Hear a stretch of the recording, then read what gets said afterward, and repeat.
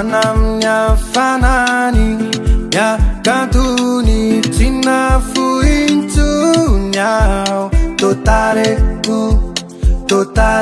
yo timba wadinugo futo nera na defuye iava kanatifugo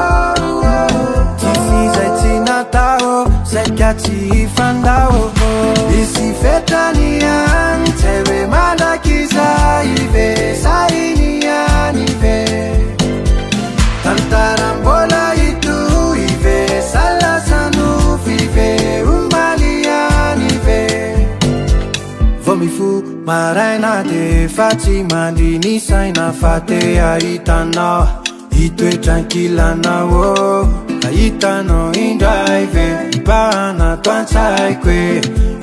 fama ke ni fukunu mi pai timba wadinugo futo nera na defuye iava kanatifugo tisi zaitinatao sekati fandao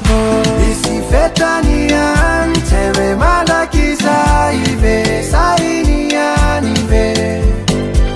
tantarambola itu ive salasanu vive umalian ive isi fetanian tewe malakiza ive sainian ive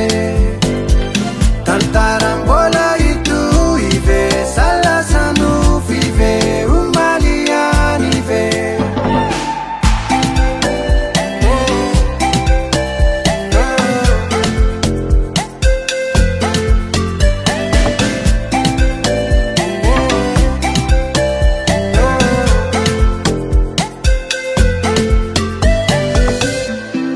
fetanian tewe malakiza